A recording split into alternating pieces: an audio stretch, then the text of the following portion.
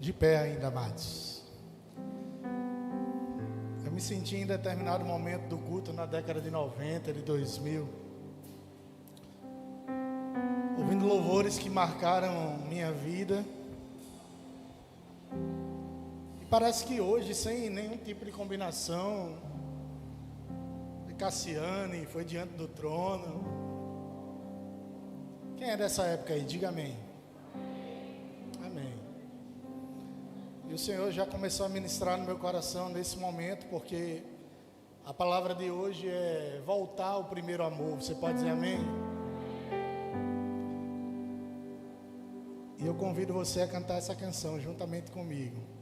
Também dessa época, que entrega um pouco nossas idades. Posso crer que em minha vida o milagre vai acontecer. Posso ver as promessas sendo liberadas sobre mim, sendo liberadas sobre mim. Cante de novo isso, declare. Posso crer em minha vida, um milagre.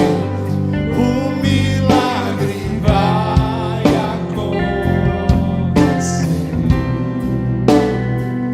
Posso ver as promessas sendo liberadas sobre mim, sendo liberadas sobre mim. Levanta a tua mão, adora ao Senhor. Hoje o meu milagre vai chegar. Eu vou crer, não vou duvidar. O preço que foi pago ali na cruz me dá vitória nessa hora. Hoje o meu milagre vai chegar. Eu vou crer, não vou duvidar. O preço que foi pago ali na cruz me dá vitória nessa hora.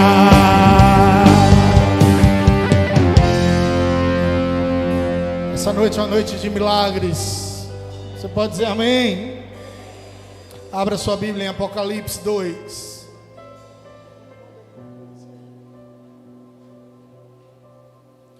O mesmo Deus de Abraão, Isaac e Jacó é o Deus que estabelece milagres sobre o seu povo. E não há milagre maior que Ele possa fazer que se compare à salvação que nos alcançou. E sobre as nossas vidas, muitos de nós estamos enxertados nesse primeiro amor chamado Jesus Cristo. E tantos de nós durante a jornada, e talvez aqui e agora, estejamos distantes desse primeiro amor. Mas como eu disse, hoje é noite de milagre. E o maior dos milagres está para acontecer neste lugar. Vidas rendidas no altar do Senhor. O maior dos milagres já aconteceu e eu já posso ver sua vida no altar do Senhor. Apocalipse 2. Primeira carta à igreja de Éfeso.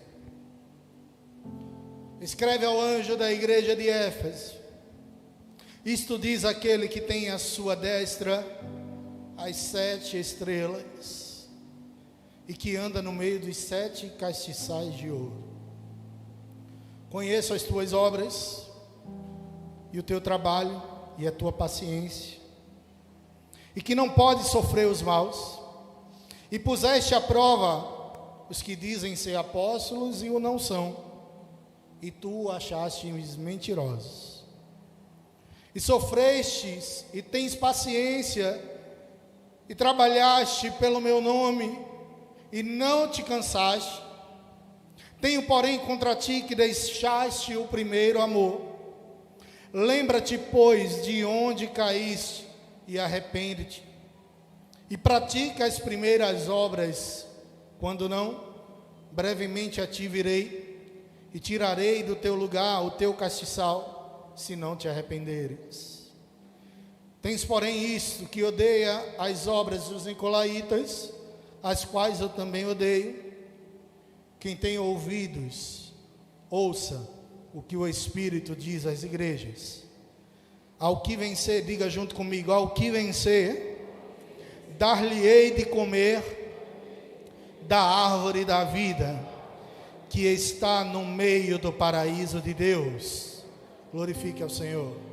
Você pode sentar. Tua morte, tua cruz, teu sangue derramado. Você pode cantar isso? Está selado, está selado, foi consumado.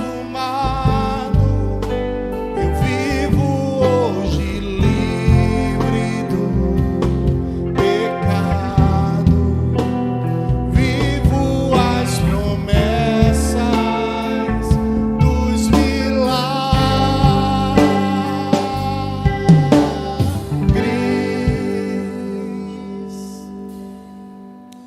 Nosso Deus, como eu já falei, amados irmãos, é o mesmo, absolutamente não mudou, e continua tratando com a sua igreja no passar do tempo, no passar da carruagem da história. Eu falava que as canções que foram entoadas hoje, e eu acredito que isso não foi combinado, porque até mesmo a canção da oferta, ou as canções que o nosso pastor cantou, e eu conheço ele, o que vem do Espírito, na hora ele vai lá e canta. Fiz, meu Deus, só músicas das antigas. Se começasse do reteté aqui, eu não ia estranhar. E aí me lembrou exatamente a palavra dessa noite: voltar ao primeiro amor. E esse Deus, o Deus do amor, Pai de todas as consolações e Deus de todas as misericórdias, é o Deus da igreja, é o Deus da noiva. Existem registrados na Bíblia várias igrejas. A igreja foi uma instituição criada pelo próprio Deus. Deus criou duas grandes instituições, e que com o passar do tempo e da história, me parecem ser as instituições mais atacadas que existem, mas ainda assim elas permanecem de pé. Diga comigo, a família. Diga mais forte, a família e a igreja. Deixa eu falar sobre a sua vida, meu irmão. Ainda que os ataques venham sobre sua família, sobre a sua igreja, nenhum ataque desse prevalecerá, porque quem instituiu foi o próprio Deus. Toca no teu coração e diga assim: a minha família foi instituída por Deus, a minha igreja foi instituída por Deus. Você poderia glorificar o Senhor. Deus foi quem criou tudo isso.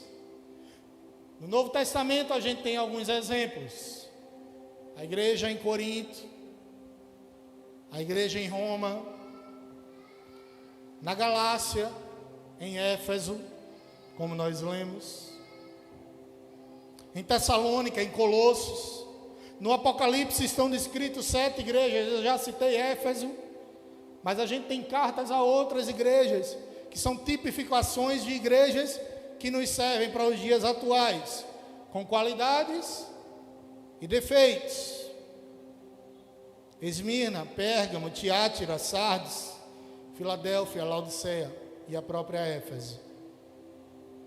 Todas essas igrejas, com o passar do tempo, foram ferrenhamente atacadas.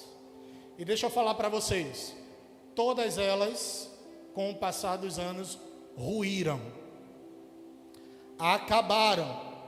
Seus templos não estão mais de pé. Mas existe uma igreja que permanece firme e inabalável. Ela é a noiva do Cordeiro de Deus. Todas as pessoas que fizeram parte dessas igrejas que eu vos listei, se verdadeiramente tiveram um relacionamento com o seu primeiro amor, Jesus Cristo, foram chamadas ao céu de glória, e juntamente comigo e com você estarão nos céus adorando ao Senhor. Daqui a 100 anos, 200 anos, não sei, talvez esse templo não esteja de pé. Com voz profética, talvez não seja nem esse templo o da Cristo é o tema, seja um templo muito maior, diga amém. Mas ainda assim ele não permaneça de pé, porque quem pode mensurar a força do tempo? Mas ainda assim, a noiva de Jesus, adornada, santificada, restaurada, restituída com a glória de Deus, essa permanecerá de pé. Olha para quem está do teu lado, diz assim para ele: você é a noiva do Cordeiro. Mas eu creio que essa igreja vai durar muito, diga amém. Mas eu creio que muitas vidas nesse interpério chegarão até esse altar, diga amém. E enquanto nós não vislumbramos esse futuro, estamos aqui para glorificar esse Deus. Apesar de nossas diferenças, porque essas igrejas tinham diferenças, todas elas tinham uma única coisa em comum: Jesus. Trazendo com um paralelo para os nossos dias, apesar das nossas diferenças, com as igrejas espalhadas de Jesus na terra, temos uma coisa em comum: ela se chama Jesus.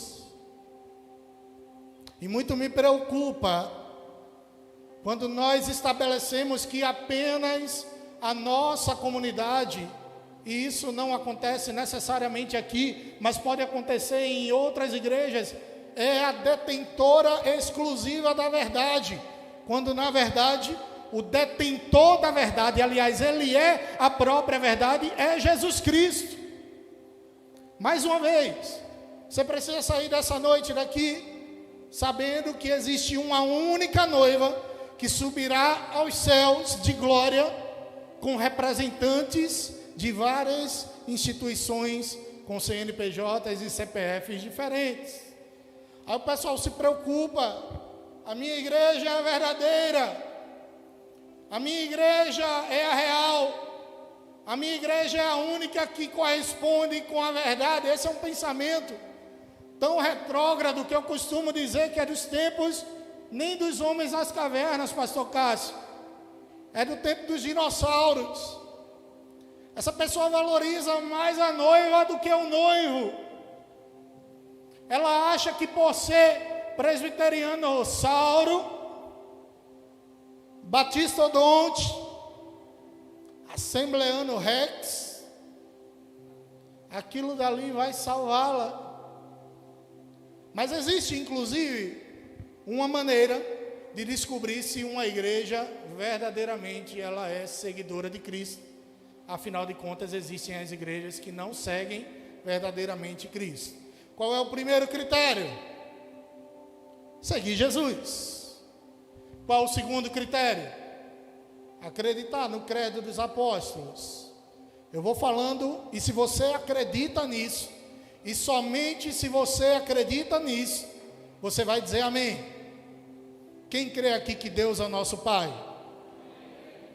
Quem crê que Ele é o Criador dos céus e da terra?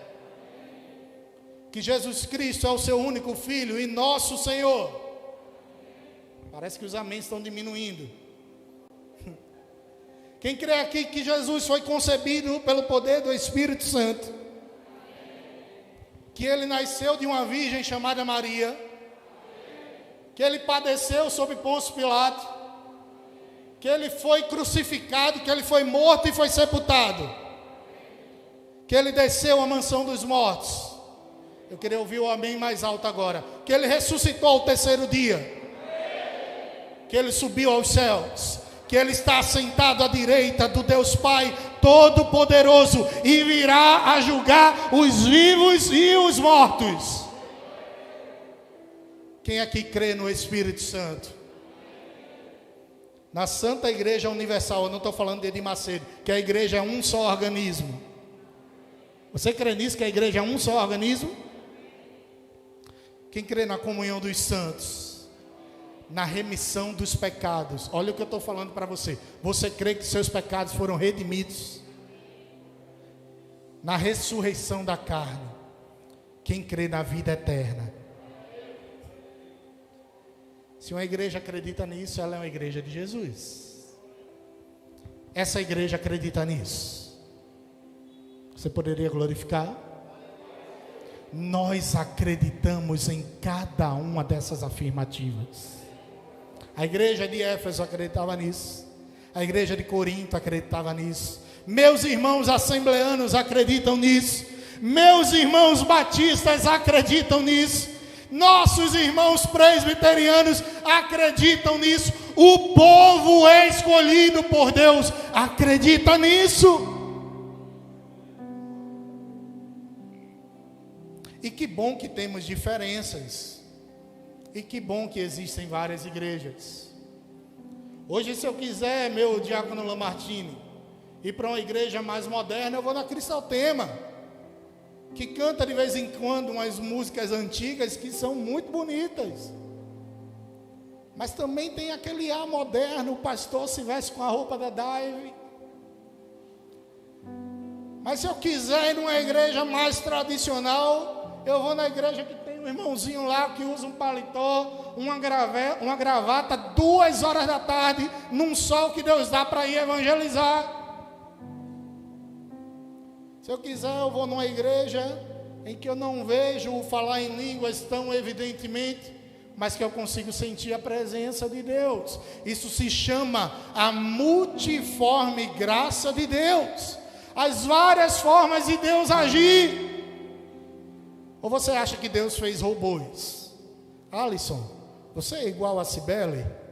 Olha aí para ela, olha para ele aí, Cibele. Um negro bonito desse, que se tivesse sem a máscara, sorridente. Uma loira, né, Patrick? Bonita, uma bênção. Alisson não dança feito Cibele. Eles são diferentes, mas tem uma novidade para eles e uma novidade para vocês. Apesar das diferenças, ambos são filhos de Deus. Apesar da sua diferença com o irmão que está do teu lado, apesar da sua diferença com o irmão de uma outra comunidade, nós somos filhos do Deus vivo, filhos do Deus Altíssimo. E a igreja de Éfeso tem muitas coisas a nos ensinar a respeito de primeiro amor. Ela é a única igreja que é citada em 3 livros da Bíblia diferentes. A igreja de Éfeso, diga comigo, é citada no livro de Atos. Diga comigo, Atos. Diga comigo, na carta aos Efésios e no Apocalipse. Você decorou, eu vou perguntar no final. Atos, carta aos Efésios e Apocalipse. Em Atos, meu irmão Eric, a palavra de Deus mostra como a igreja de Éfeso foi instituída.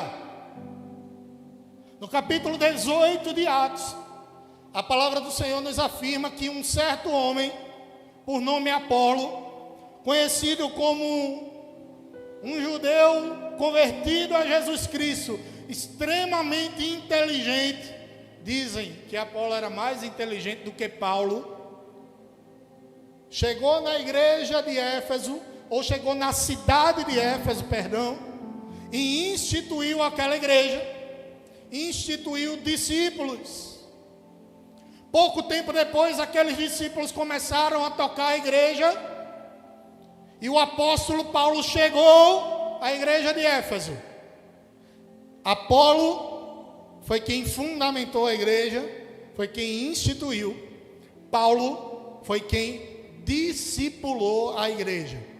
Você se imagina sendo cuidado por Apolo ou por Paulo? Eu costumo falar, e eu vou reafirmar, que Paulo para mim é o maior pastor, mestre, doutor da lei que já existiu nessa terra.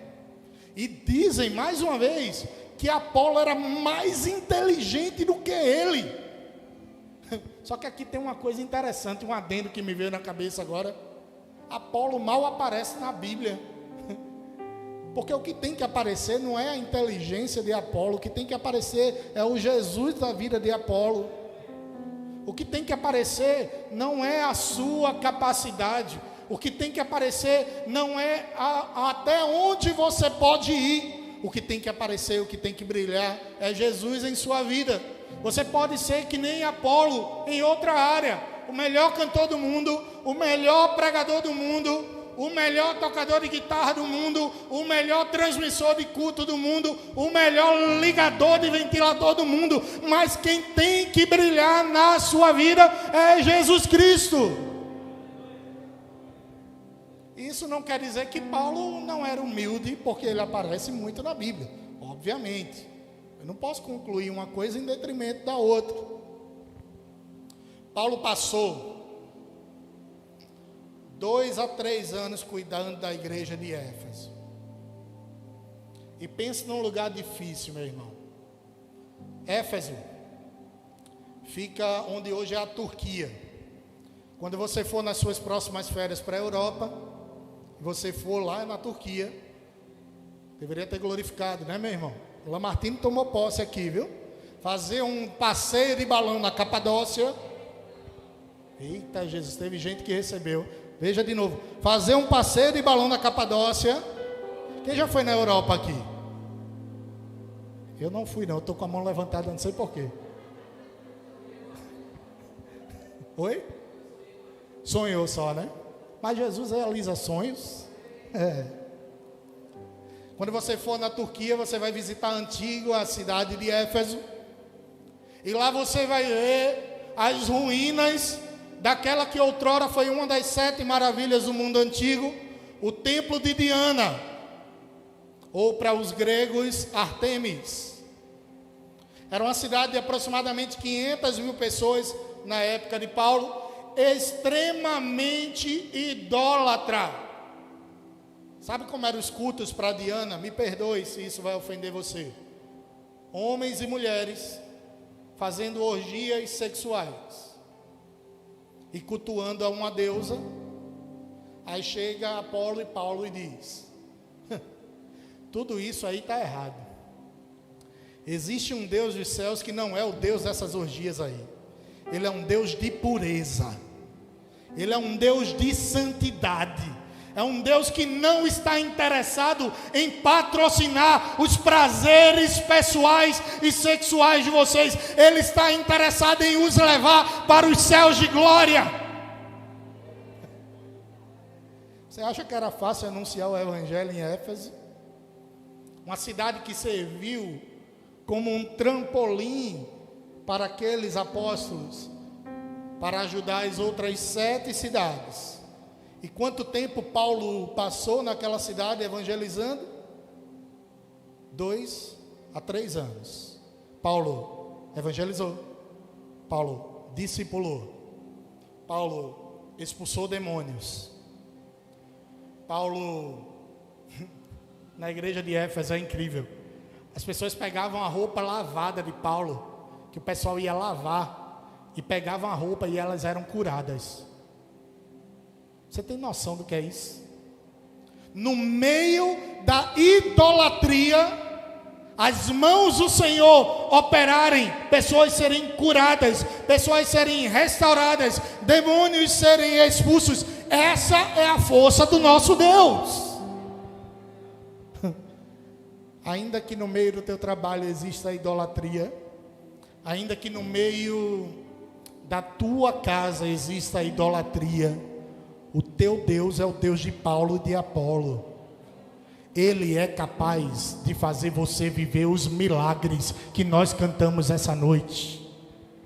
Porque se existe um Paulo e um Apolo posicionado numa região difícil, ainda assim as mãos do Senhor estarão lá. Diga para quem está do teu lado: você nessa noite, diga mais forte, você nessa noite é como Paulo, é como Apolo. Se posicione, glorifique ao Senhor.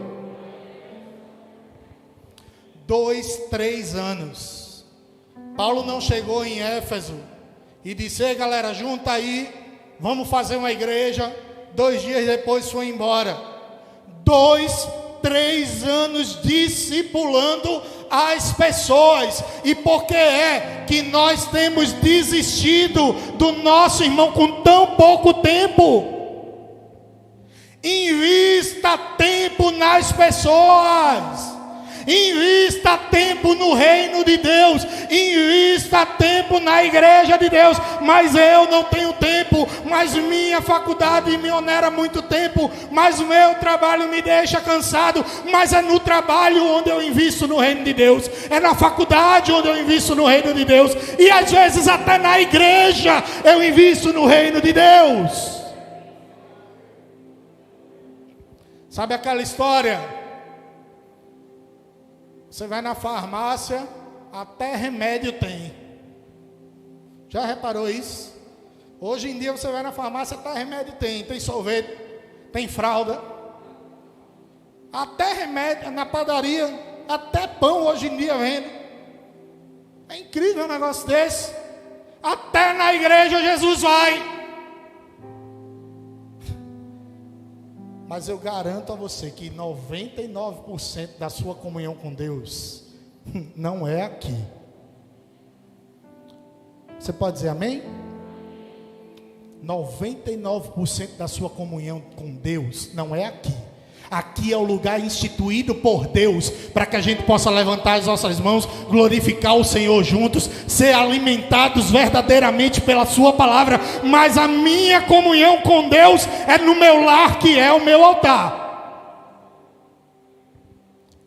O slogan da nossa igreja é muito feliz. Eu não vou falar, vocês que vão falar comigo. Em cada lar, fale mais forte, em cada lar, tua casa é teu altar. Você não entendeu? Tua família é teu altar. Tua casa é o lugar da adoração. E você vem para a igreja adorar juntamente com outras famílias, numa grande família chamada Cristo é o tema. E é lindo quando nós adoramos, mas mais bonito ainda vai ser quando a Cristo é o tema se juntar com a Assembleia, com a Batista, subindo aos céus em glória e dizendo: o Senhor é santo, e o mundo vai crer que Deus nos enviou. Eu já falei aqui e torno a repetir: o mundo só vai crer que Deus nos enviou. É a oração de Jesus em João 17, quando nós formos um só. E vai ter um momento que a gente vai ser um só. Por enquanto eu sou um só com a minha esposa. Por enquanto o pastor Cássio é um só com a pastora Jeane. Por enquanto o Alisson é um só com Maiara. Mas vai chegar um momento em que nós seremos uma única unidade. Aí o mundo vai olhar assim: era para eu ter acreditado naqueles malucos, era para eu ter acreditado naqueles que falavam de Jesus. Eu não acreditei e fiquei. Aí o mundo vai crer, infelizmente. Diga comigo: invista o tempo nas pessoas, invista o tempo na igreja. Paulo investiu tanto tempo na igreja de Éfeso, que ele, quando vai se despedir, isso aqui é tremendo. Atos 20. versículo 37. Paulo diz assim: eu vou me embora e eu não vou ver mais vocês. O pessoal começa a chorar de um jeito impetuoso. Olha o que a Bíblia diz: abateu-se sobre todos profundo sentimento de tristeza, e abraçando afetuosamente a Paulo, o beijaram. Se penduraram no cangote de Paulo e disseram: Paulo não vai embora, porque tu trouxesse Deus para a gente. Só que deixa eu dizer uma coisa para vocês. Tu está pensando que a igreja acabou porque Paulo foi embora, foi? Você deveria ter glorificado ao Senhor, viu? Tu está pensando que a igreja acabou porque o apóstolo Paulo foi embora? Paulo soube edificar e discipular a igreja, não na pessoa dele, mas na pessoa de Cristo. E a igreja permaneceu de pé. Paulo nunca mais viu os Efésios. Mas o amor de Paulo pelos Efésios, diga comigo, não acabou. Diga mais forte: não acabou. Existem pessoas que estão distantes de você, mas o amor delas por você não acabou. Tira esse sentimento do teu coração. Fulano foi embora, me deixou só. E não quer dizer que ele foi embora para outro lugar, que o sentimento acabou, não. Porque eu consigo me relacionar, mesmo estando distante. O que é que o apóstolo Paulo foi fazer? Eu não vejo mais vocês, mas eu cuido de vocês, escrevendo uma carta para vocês. Tu já escreveu uma carta de amor? Quando eu tinha uns 15 anos, eu escrevia muita carta de amor. Não tinha isso aqui não, meu irmão. Isso aqui era cartinha. Vou falar uma cantada que eu dava lá. Dona Maria, passei na sua casa, senti cheiro de café. Me desculpe a senhora, mas sua filha é uma filé. Quem nunca soltou essa, meu irmão? Nunca soltou essa? Nunca soltou, pastora? Aí tu quer dizer que a distância é um impeditivo de amar? Você quer dizer que o tempo separado é um impeditivo de amar? Eu já vi até relacionamento virtual. Não sei se funciona, eu nunca fiz. Nunca tive um relacionamento virtual. Oi, tudo bem? Te amo. O máximo que eu passei longe da minha esposa foi 2 dias. 2 dias e foi aquela agonia. Paulo foi preso, disse que não via mais a igreja de Éfeso e ele não tornou a ver, mas isso não era um impeditivo para ele demonstrar o seu amor. Pega teu celular na tua mão aí, meu irmão. Pega aí teu celular na tua mão. Está aqui uma arma em que você vai demonstrar o seu amor para alguém quando você chegar em casa hoje. E se você tiver como deixar isso em cima de uma escrivaninha e ir na casa do Senhor, e ir na casa daquela pessoa, se reconcilia com ela novamente. Esquece essa história de que tô distante, acabou. Paulo está preso, Paulo está longe, Paulo está há muito tempo sem vê-los. Mas quem tem Cristo no coração tem amor a entregar. Você pode dizer isso comigo? Quem tem Jesus no coração entrega o seu melhor, entrega o amor. Quantos aqui estão entregando amor?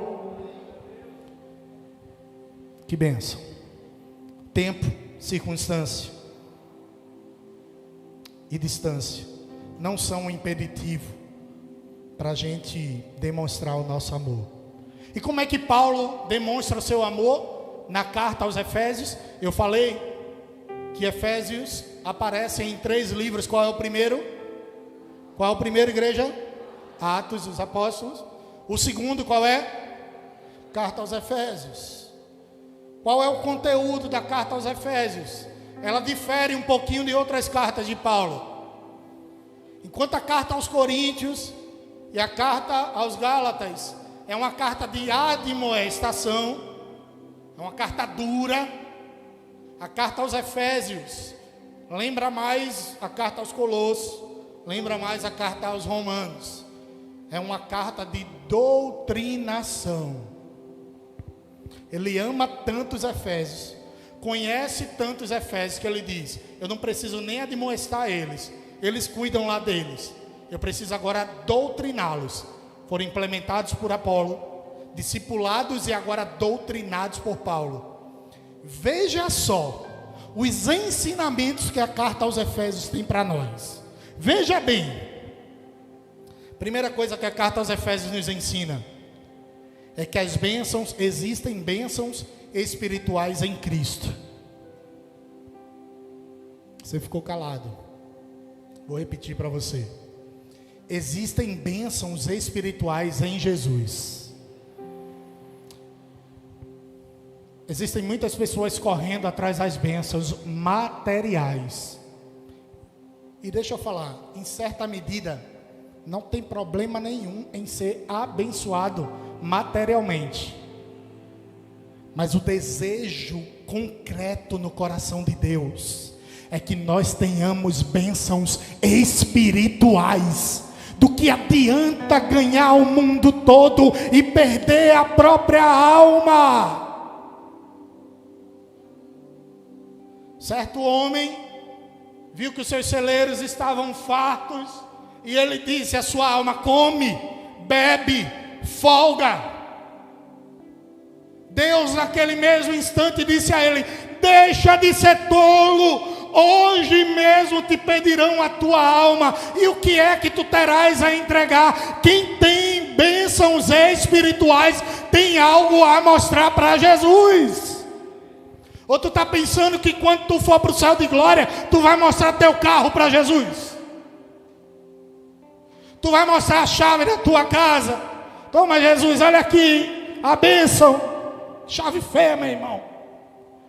Que bênção que você tem, a chave do carro, a chave da casa, a roupa para vestir. Mas que bênção ainda maior, que as bênçãos espirituais estão sobre nossas vidas. Há bênçãos espirituais a serem liberadas sobre você. Sabe o que é bênção espiritual? Deitar a cabeça de noite no travesseiro e dormir tranquilo, com a consciência tranquila, porque tudo que nós conquistamos é fruto do trabalho e da honra que Deus derramou sobre nós. Outros não podem ter isso. Tem muito mais materialmente e não podem dormir tranquilo, porque é fruto de desonestidade. A carta aos Efésios nos ensina a respeito da primazia de Cristo, de que apenas Jesus é digno de toda a glória. Diga isso comigo: somente Jesus é digno de glória. Você cantou isso nessa noite? Você cantou de boca para fora ou cantou porque realmente a tua boca, o que você está soltando, está cheio do amor de Deus?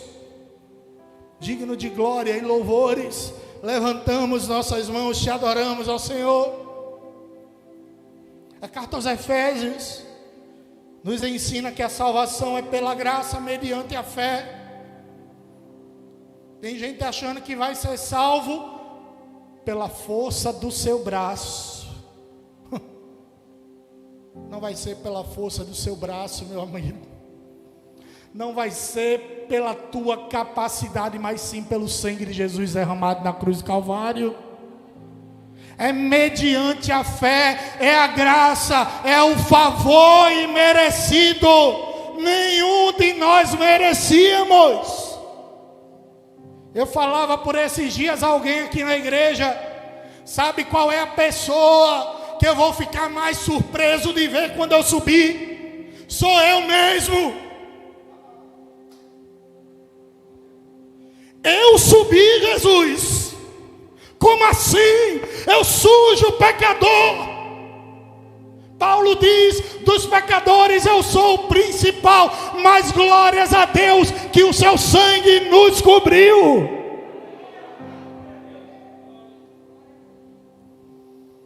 carta aos Efésios ensina que existe paz em Cristo. Tantas pessoas têm procurado paz em tantas alternativas. Paz da maconha. Tem procurado paz numa pedra de crack.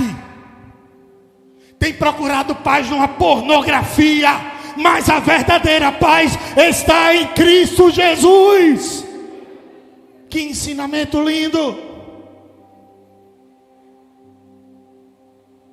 A carta aos Efésios diz que os dons concedidos à igreja é para promover a edificação dela. Deus derrama dons sobre o seu povo. Diga amém. Deus derrama dons sobre o seu povo. E se você tem buscado, Deus vai te honrar. Você vai receber dons. Mas saiba de uma coisa: nenhum desses dons é para o teu benefício próprio. É para o benefício da igreja. O falar em línguas é em benefício da igreja. O dom de curar é em benefício da igreja. O dom de profetizar é em benefício da igreja. A carta aos Efésios ensina que nós somos templo e morada do Espírito Santo. Toca no teu coração e diga assim mais uma vez: a minha vida, o meu corpo é templo e morada do Espírito Santo. Glorifique ao Senhor. A carta aos Efésios nos ensina que existe uma guerra espiritual que está sendo travada nas regiões celestiais, e só vai vencer essa guerra quem se munir da armadura de Deus, capacete da salvação, couraça da justiça, cinto da verdade, sandálias e espada do evangelho, escudo da fé. A igreja de Éfeso foi instituída por Apolo, discipulada e doutrinada por Paulo. Aí chega Jesus e diz o seguinte: eu tenho uma coisa contra vocês. Tu já pensou em Jesus chegando para tu hoje e dizendo: eu tenho uma coisa contra tu? Meu irmão, eu me acabo todinho. Na hora, eu acho que se tiver alguma coisa no estômago, no intestino, acabou-se. Vai sair. Me perdoe, vai ser isso que vai acontecer. Eu tenho uma coisa contra você. A igreja foi instituída por Apolo, discipulada e doutrinada por Paulo. Aí Jesus faz assim, em Apocalipse 2: mas eu tenho mais uma coisa para falar para os Efésios. Veja bem, não adianta ser instituído por pastor A, não adianta ser discipulado por pastor B, não adianta ser doutrinado por pastor C, se eu não tiver intimidade com Jesus. Nada disso importa. Nada disso importa. Eu tenho uma coisa contra vocês, e essa coisa é dura de se ouvir. Vocês abandonaram o primeiro amor. Tu já pensou? A igreja que foi doutrinada por Paulo abandonou o primeiro amor. Amado, não terceirize a sua intimidade com Deus.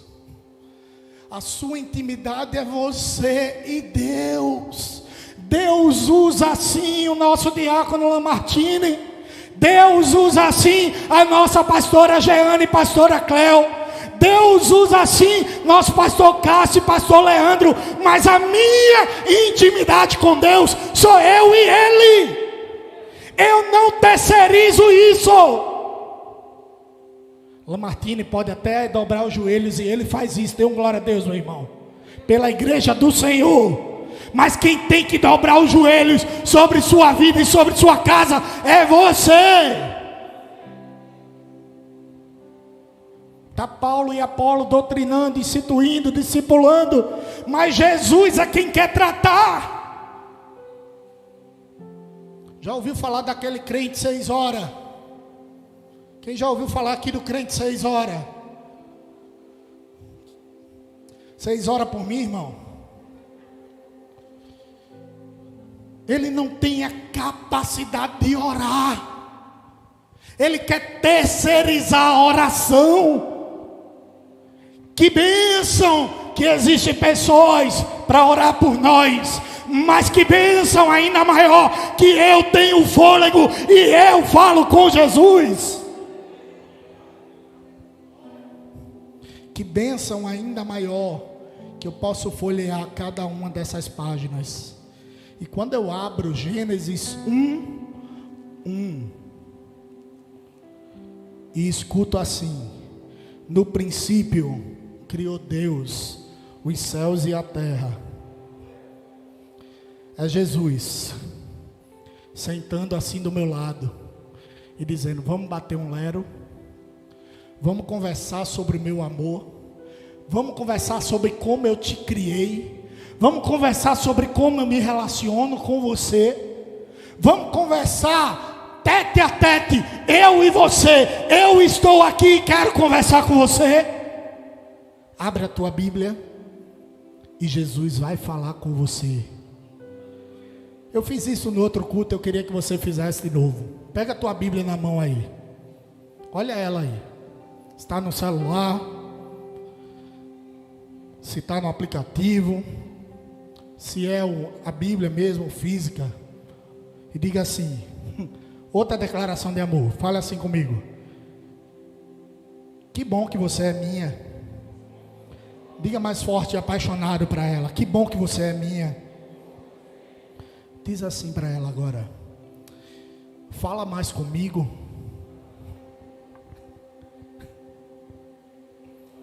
Sabe para quem você disse isso? Para Jesus.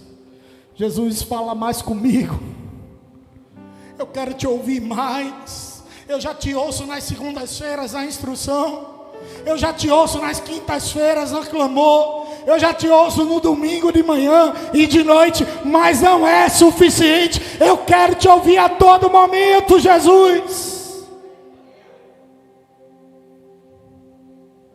Diga comigo: líderes espirituais. Diga mais forte, irmão: líderes espirituais são uma bênção sobre minha vida, mas eu não terceirizo a minha comunhão com Deus. Aí chega Jesus e diz: o que Paulo falou é bom, o que Apolo instituiu é bom, mas agora é minha vez de falar com vocês. Qual é o terceiro livro da igreja de Éfeso? Qual é a igreja? Apocalipse. Versículo 2. Jesus começa a falar. E quando Jesus começa a falar, meu irmão, sai da frente, porque ele vai tratar. Conheço as tuas obras. Vê o que está escrito lá em Hebreus 4:13. Hebreus 4:13. Não há criatura alguma escondida aos olhos de Deus. Absolutamente tudo está descoberto e às claras diante daquele a quem nós devemos prestar conta. Jesus está dizendo: eu conheço as tuas obras. E isso às vezes pode ser uma coisa um pouco dura. Para Éfeso ele estava dizendo: eu conheço as tuas obras. Eram boas, são boas. Mas e se Jesus bater na nossa porta hoje e disser assim, ó: ei campeão, eu conheço tuas obras. Que obra é essa que ele conhece? Isso é duro, viu, irmão? Ele conhece que você realmente faz para Jesus? Ou ele conhece que você está fazendo com algum motivo escuso, para almejar algum cargo? ou Ele sabe que você está fazendo para o homem. Jesus conhece nossas obras. Diga para quem está ao teu lado: Jesus conhece suas obras. Você vai apresentar essas obras perante o Pai na hora que você for chamado, meu irmão. Não tem nada que esteja oculto que não seja revelado. Para de bajulação. Tu está fazendo para homem ou para Deus? Ele conhece tuas obras. Desculpe se a palavra é dura, mas tem que ser. E eu não vou retroceder 1 centímetro. Versículo 2 ainda. Pusestes à prova aqueles que dizem que são apóstolos e não são, e tu achaste eles mentirosos. Eu tenho uma dificuldade, vou confessar para os irmãos aqui. Eu já falei no Atos 29, eu acho que o pastor na época até concordou comigo. Eu tenho uma dificuldade enorme com esse negócio de apóstolo. Enorme, enorme, enorme. Se Jesus quiser que eu mude isso, eu mudo. Mas apóstolo para mim só tinha 14. Os 12 de Jesus, Matias e Paulo. Prio. A palavra apóstolo quer dizer missionário. Se você se chama apóstolo como missionário, amém. Se você se chama apóstolo como aquele que andou e viu Jesus, aí, meu irmão, tu vai botar um chapéu de vaqueiro, que nem tem uns por aí, tem ou não tem? E vai dizer, para autoproclamar apóstolo. Aí ele está falando para a igreja de Éfeso: você colocou os apóstolos à prova e viu que eram mentirosos. Eu acredito em pastores, eu acredito que existem bispos, que é um pastor de pastor. Mas apóstolo, meu irmão, quanto mais cobertura apostólica. Cobertura para mim é sorvete, meu irmão. Chocolate de preferência. Então eu estou coberto aqui, eu estou coberto pelo sangue de Jesus. Se Jesus quiser mudar a minha visão, Ele muda. Mas hoje minha posição é essa. Aí Jesus, lá em João 10, versículo 10, ele vai corroborar com o que está escrito aqui em Apocalipse, dizendo: o ladrão veio para roubar, matar e destruir, mas eu vim para que tenham vida e vida em abundância. Deixa eu explicar uma coisa para você nunca mais repetir essa besteira.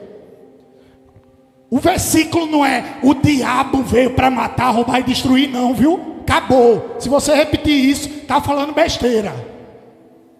O ladrão veio para roubar, matar e destruir. Leia o capítulo 10 todo. Está falando de falsos pastores. Eu sou o bom pastor, e o bom pastor dá a vida pelas ovelhas. Ao contrário de mim, existe o falso pastor que entra pela lateral do aprisco para roubar as ovelhas. Esse veio para roubar, matar e destruir, e é um usado do diabo. Ele é usado, mas não é o diabo. Então acabe com essa besteira de o diabo veio para roubar. Ele rouba, ele mata e ele destrói. Mas esse versículo não é sobre ele. Deixa o bichinho quieto lá. Estou terminando.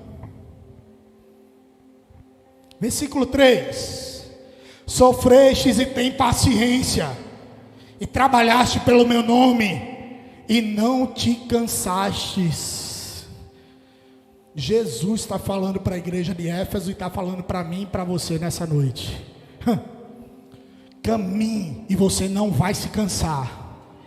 Persista e você não vai parar. Porque os que confiam no Senhor receberão a força, voarão como as águias, correrão e não se fatigarão, caminharão e não se cansarão.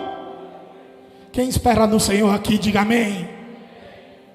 Eu espero no Senhor, minhas forças vão até o final. Sua força vai até o final, meu irmão. Eu digo que estou terminando, aí estou lá e tem um monte de coisa ainda. Eu vou adiantar um pouco. Depois você lê em casa. Até que Jesus fala a coisa mais dura. Versículo 4. E quão duro é ouvir isso de Jesus. Eu tenho uma coisa contra você. Você deixou o primeiro amor. Jesus dizendo assim: adiantou de quê ser instituído por Apolo?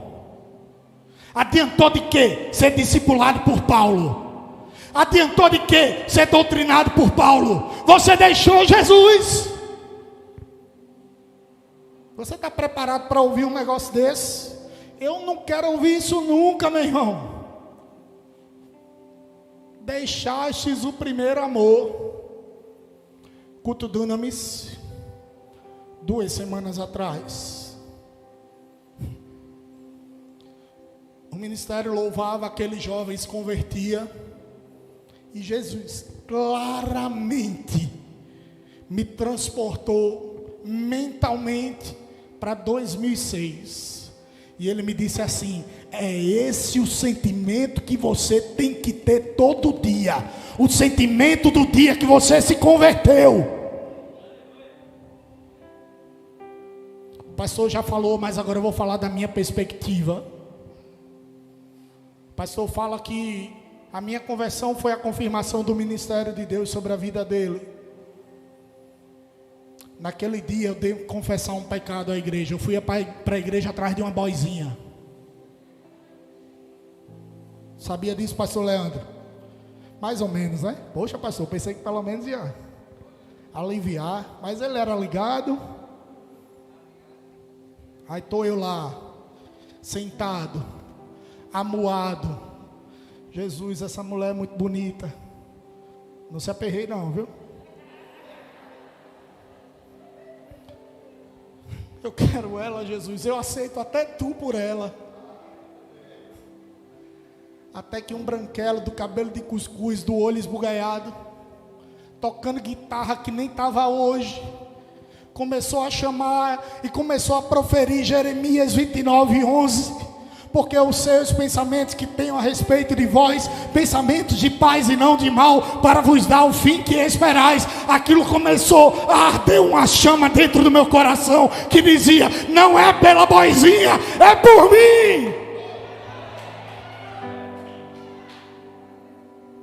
Ela foi só um instrumento. Sabe onde está essa mulher agora? Desviada.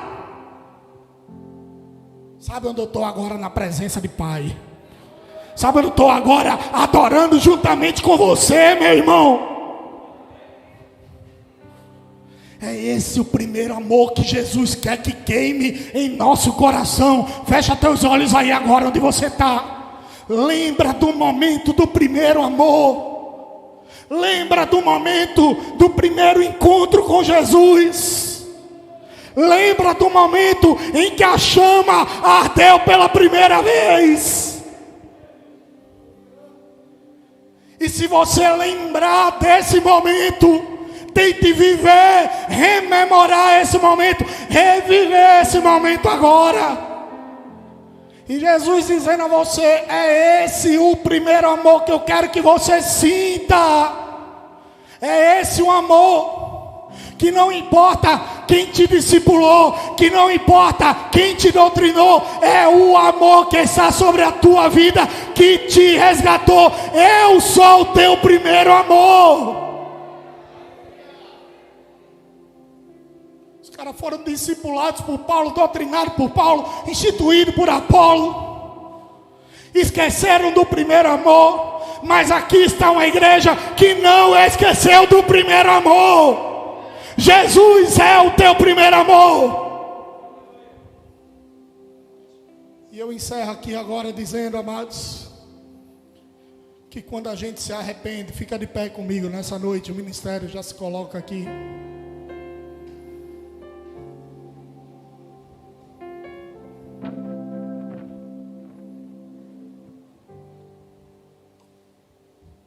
Não fez ser um pecado dessa magnitude para a igreja. Vou ter problema não? Não, né?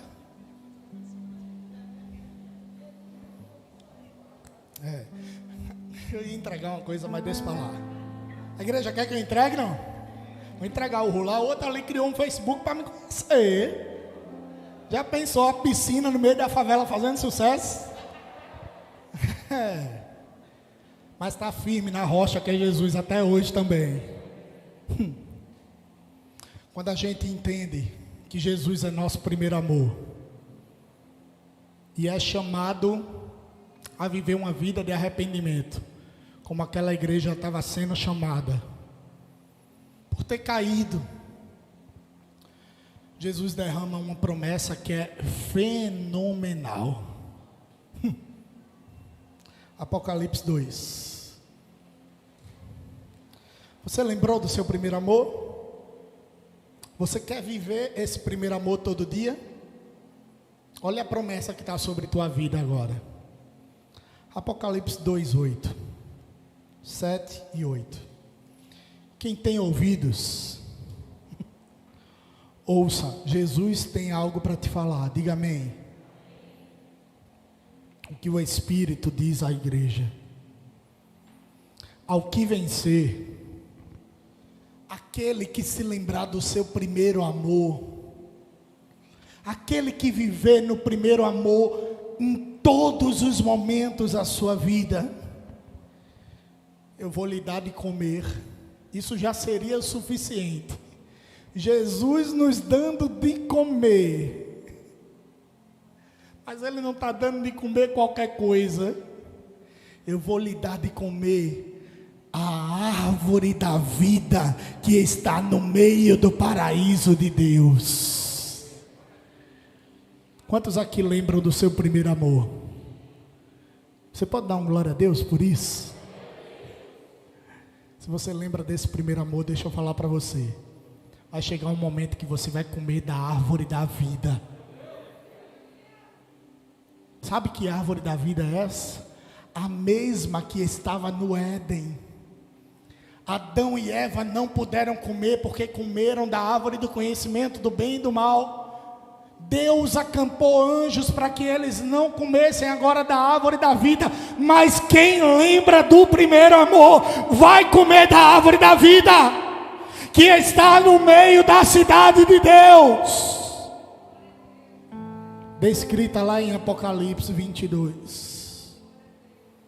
Se você lembra desse primeiro amor, o meu convite para você é não esquecer jamais disso. Se você, assim como a igreja de Éfeso, caiu, hoje é dia de você voltar ao primeiro amor. Mas existem outros, pastor, que jamais conheceram esse primeiro amor. E hoje é noite de você conhecer esse primeiro amor. E se você aceitar esse Jesus, a mesma chama que ardeu no meu coração no dia 4 de novembro de 2006, vai arder no teu coração. E toda vez que você disser, eu lembro do primeiro amor, você vai estar dizendo, tem uma promessa de Deus sobre a minha vida. Eu vou habitar ao lado do meu Pai. Eu vou comer do fruto da árvore da vida e viverei eternamente em sua presença. Que Deus Ele te abençoe, em nome de Jesus.